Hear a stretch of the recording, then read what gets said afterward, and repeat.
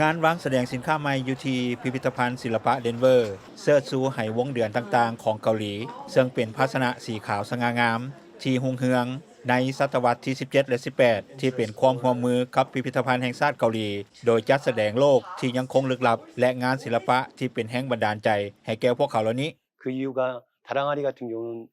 1700년 ยงซินลี่ผู้อำนวยการบริหารห้องการความร่วมมือด้านการศึกษาและวัฒนธรรมที่พิพิธภัณฑ์แห่งชาติเกาหลีกล่าวเป็นภาษาเกาหลีว่า 아주 미스테리한 부분이 많이 있습니다. 그리고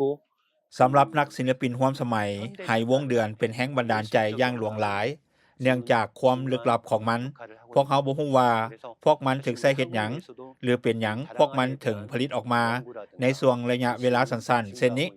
งานวางแสดงนี้นำเสนอเครื่องปั้นดินเผาศตวรรษที่ 18 มาเปรียบเทียบกับไหแบบดั้งเดิมในศตวรรษที่ 21ซึ่งเจ้าหน้าที่ผู้รักษาของพิพิธภัณฑ์ศิลปะเดนเวอร์ฮียอนจองคิมฮัน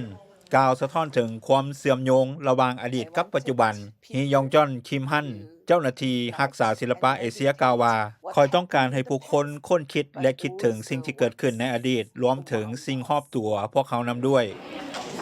ไหเหล่านี้จึกแบ่งออกเป็น2ส่วนและเสื่อมเข้าด้วยกันอย่างบ่สมบูรณ์จิตรกรอย่างจุนพิริวกล่าวว่าความบ่สมบูรณ์แบบของไหวงเดือนคือเสน่ห์ดึงดูด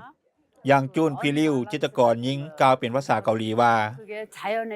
สำหรับข่อยแล้วการบ่สมดุลนั้นสมบูรณ์แบบกว่าเพราะเมื่อทานเบิ่งเห็นสิ่งต่างๆในธรรมชาติบ่แม่นว่าทุกอย่างจะสมดุลความบ่สมบูรณ์เหล่านั้นเฮ็ดให้มีความอิสระหลายขึ้นในการไหลไปตามธรรมชาติและสิ่งต่างๆรอบตัวเฮาในบรรดาผลงานร่วมสมัยนี้มีไหวงเดือนประเภทเรซินและไฟเบอร์กลาสจากนักออกแบบมินแจคิมเขาบอกว่าความบ่สมดุลของไหวงเดือนเฮ็ดให้เบิ่งเข้าถึงได้หลายขึ้นมีสั้นความบ่สมบูรณ์แบบในตัวที่ผู้คนชื่นชมและฝึกฝนหรือฝึกฝนมาในทางหนึ่งบ่มีจุดที่สมบูรณ์แบบหรือสมบูรณ์แบบที่วัดได้ค่อยฮู้ว่าถ้าค่อยไปไกลกว่านี้ท่านจะพบว่าการเชื่อมโยงหรือสื่อสารกับผลงานอันหนึ่งนั้น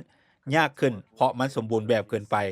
ลิวบอกว่าไหวงเดือนยังคงเป็นศูนย์กลางของเอกลักษณ์เกาหลีมา100 ปีหลังจากที่มันปรากฏตัวข้างทมิตจิตรกรหญิงยงจุนพีริวกล่าวเป็นภาษาเกาหลีว่าไหวงเดือนเป็นเครื่องสะท้อนจิตวิญญาณของชาวเกาหลีมันบรรจุความคิดและจิตวิญญาณของผู้คนทั้งหมดไว้ในไหเดียวและนั่นคือเหตุผลว่าเป็นหยังไหวงเดือนจึงยังคงสื่อถึงชาวเกาหลีจนทุกมื้อนี้งานวางแสดงนี้จะจัดแสดงไหวงเดือน12ไหละ1วงเดือนสำหรับแต่ละเดือนในปฏิทินจันทคติ